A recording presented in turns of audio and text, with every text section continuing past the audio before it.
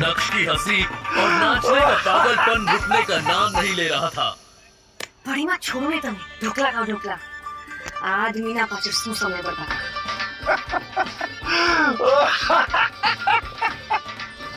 सुबह से शाम हो गई, लेकिन रह रहकर नक्श का पागलपन अभी भी जावेरी खानदान के घर में सुनाई दे रहा था। वो अलग बात है कि अब उस पागलपन को सुनने वाला कोई नहीं था। अचानक नक्श को ऑफिस में देखकर भानुशाली ग्रुप के एम्प्लॉइज शॉक्ड हो गए। अरे देखो देखो, ये तो नक्श है ना, लेकिन ये यहाँ क्या कर रहा है? मैंने तो सुना है कि आजकल ये गरीबों से भी बदतर जिंदगी जी रहा है। अभी लोगों के बीच में कानाफूसी चल ही रही थी कि तभी एक आदमी ने कहा, मुझे लगता है कि ये बड़े साहब से नौकरी मांगने आया होगा। एक तरफ भानुशाली ग्रुप के कुछ लोग नक्श का मजाक बना रहे थे, तो दूसरी तरफ कुछ ऐसे भी लोग थे जिन्हें नक्श के डैड पर बहुत भरोसा था और वो सभी नक्श को देखकर बहुत खुश थे। अब आए ऊट पहाड़ के नीचे, यही सही समय है और इन्हें मेरी जरूरत भी है। मजा आना चाहिए। कैबिन में बैठे यशवर्धन को भी नक्श का बड़ी बेसब्री से इंतजार था। अब यशवर्धन, भानुशाली और नक्श एक दूसरे के आमने सामने खड़े थे, लेकिन दोनों में से किसी के भी मुंह से एक शब्द भी बाहर नहीं निकल रहा था। यशवर्धन और नक्श की इस मीटिंग को देखकर ऑफिस के बाकी एम्प्लॉयज भी हैरान हो गए कि अब आगे क्या होगा। चलो आओ अंदर, आराम से बैठ के बात करते हैं। नक्श बेवकूफ नहीं था। यशवर्धन के इस इशारे को वो अच्छे से समझ पा रहा था। नक्श जो कल तक चित्रा और अनिका के ताने सुन रहा था, वो आज भानुशाली ग्रुप के चेयरमैन के आलीशान कैबिन में बैठा हुआ था। नक्श बेटा कैसे हो? तुम्हें हमारी याद नहीं आई? नक्श को यशवर्धन, भानुशाली की भावुक बातों से कोई फर्क नहीं पड़ रहा था, क्योंकि उसे पता था ये सब एक दिखावा है। जिस काम के लिए आपने मुझे यहाँ बुलाया है, जो बात करने के लिए आपने मुझे यहाँ पे बुलाया है, उसकी बात करेंगे। ये सब बातें तो आप कल भी फोन पे कर चुके हैं, है ना मिस्टर भानुशाली? नक्श बेटा, तुम मेरे पोते हो तो मैं समझ सकता हूँ कि तुम ऐसा क्यों करो। गलती मेरी है और उसकी सजा भी मुझे मिलनी चाहिए। और मैं तुम्हें बता दूं कि कई सालों से मैं हर रोज इस गलती की सजा भुगत रहा हूँ। मिस्टर भानुशाली, ये बात हम दोनों अच्छी तरह जानते हैं कि ये सब बातें करने के लिए तो आपने मुझे यहाँ पे बुलाया नहीं है। तो प्लीज ना आप अपना वक्त जाया कीजिए, ना ही मेरा।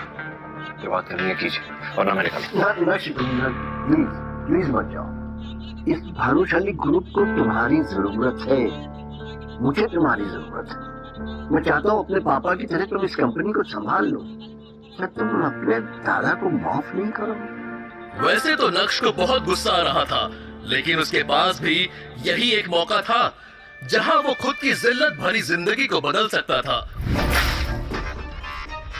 यही सोचकर उसने अपने कदम पीछे ले लिए। मैं जानता हूँ बेटा कि कुछ सालों पहले मैं तुम्हारे पापा के साथ बहुत सख्ती दिखाई। अब मैं उस गलती को सुधारना चाहता हूँ। तुम्हारे पापा ने जिस कंपनी को जिस ऊंचाई तक पहुंचाया है अपना खून पसीना एक करके, वो डूबने के कगार पे।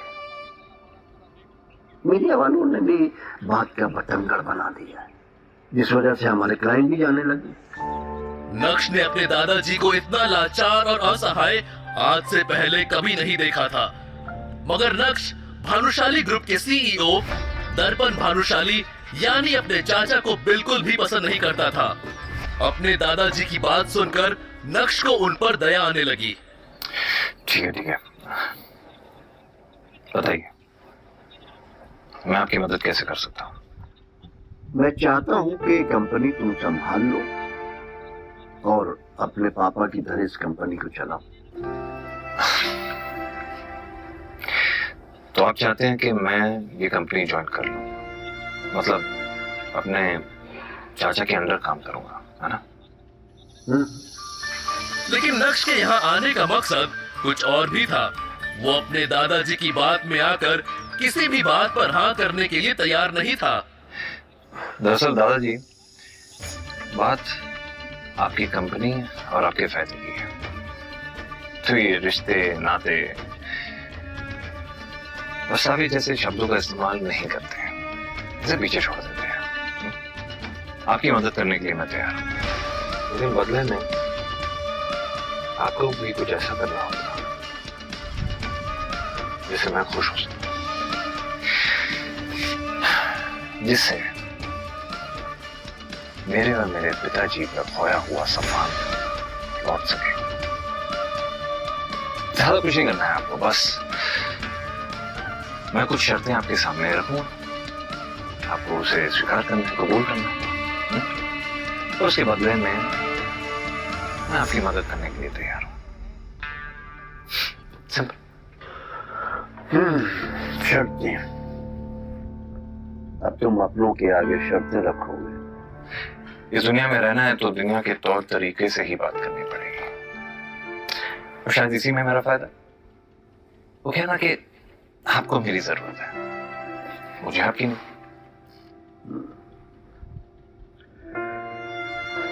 ठीक है, तुम्हें मुझसे क्या चाहिए? ये आपने गिना फायदे की बात। सबसे पहली शर्त, अब इस कंपनी में मैं दोबारा तभी लौटूंगा जब इस कंपनी का CEO मैं बनूंगा, ठीक उसी तरह जिस तरह मेरे चाचा ने मेरे पिताजी की जगह ले ली थी। मैं ये बात तो जानता था कि आपने मुझे भानुशाली ग्रुप ऑफ इंडस्ट्रीज को बचाने के लिए नहीं, बल्कि चाचा की कंपनी को बचाने के लिए यहाँ पे बुलाया, लेकिन आपको अपनी गलती का जरा सा भी अफसोस नहीं हुआ। ऐसी बात नहीं है बेटा, लेकिन अच्छा ये बताओ तुम्हारी बाकी की शर्तें क्या हैं? मेरी दूसरी शर्त यह है दादाजी कि इस कंपनी को मैं तभी ज्वाइन करूंगा जब इस कंपनी में काम करने की मुझे पूरी फ्रीडम मिलेगी। इस कंपनी में कितने पैसे आ रहे हैं, कितने पैसे जा रहे हैं, सब मेरी जुरिस्डिक्शन के अंदर होगा। सब ये समझ लीजिए कि अब ये कंपनी मेरे हिसाब से चलेगी। तुम्हारी शर्तें सुनकर लग रहा है कि जैसे कि तुम मुझसे कोई बदला ले रहे हो।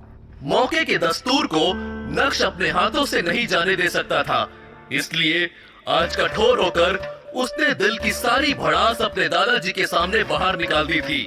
और किस्मत देखिए, आज समय भी नक्श का साथ देता हुआ नजर आ रहा था। नक्श का ये रूप यशवर्धन ने पहली बार देखा था। उन्होंने तो नक्श को बहुत सीधा साधा समझा था और उन्हें लगा था कि नक्श से बात करना बहुत आसान होगा, लेकिन मिलने के बाद उनकी सोच पूरी तरह से गलत साबित हुई थी। शायद उन्हें भी समझ आ गया था कि नक्श को सब पता चल गया है। वैसे क्या पता चल गया है, उसके लिए आपको थोड़ा और इंतजार करना होगा। मैं नहीं जानता कि तुम्हारी इन शर्तों से तुम्हारे चाचा पर क्या गुजरेगी, लेकिन मुझे तुम्हारी शर्तें मंजूर हैं। अगले हफ्ते से तुम भानुशाली ग्रुप के CEO की पोस्ट पर ज्वाइन कर सकते हो।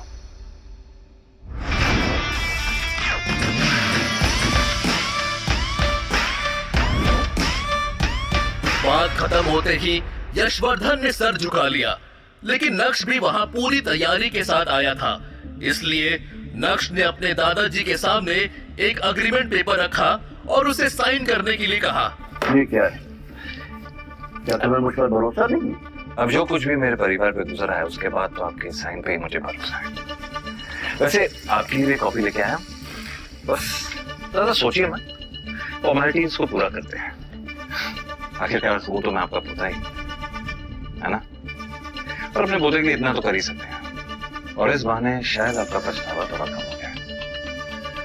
मुस्कुराते हुए नक्श भी कैबिन से बाहर चला गया और जाते जाते अग्रीमेंट पेपर की कॉपी को यशवर्धन के हाथ में थमा चुका था। 4 साल पहले कॉलेज पास आउट होने के बाद जब नक्श ने अनिका के पापा के साथ काम करना शुरू किया था, तब सिर्फ अनिका के पापा ही थे जो ये जानते थे कि नक्श का पूरा नाम नक्श भानुशाली है। इतना ही नहीं, कॉलेज की पढ़ाई के दौरान उसके दोस्तों को भी उसके बारे में कोई जानकारी नहीं थी। अनिका के पापा के साथ काम करते वक्त नक्श की मुलाकात अनिका से हुई और पहली नजर में ही वो अपना दिल खो बैठा।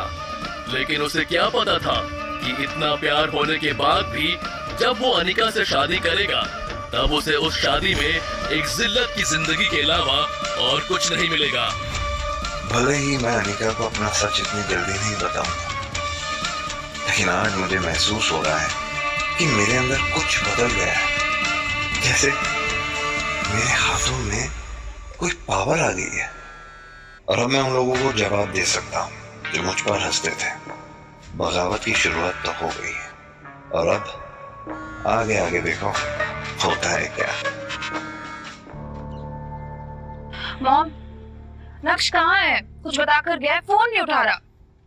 मने खबर नहीं, कल से उसका रूप बदल सा गया हुआ है। राक्षसों जैसा हंस रहा है, नाच रहा है, किसी को उसके बारे में कुछ नहीं पता। खाना बंद करो, ये तो पूरा दिन खाती रहती हो। अनिका, नक्श मनचला होता जा रहा है। मुझे लगता है उसे रास्ते पे लाना पड़ेगा।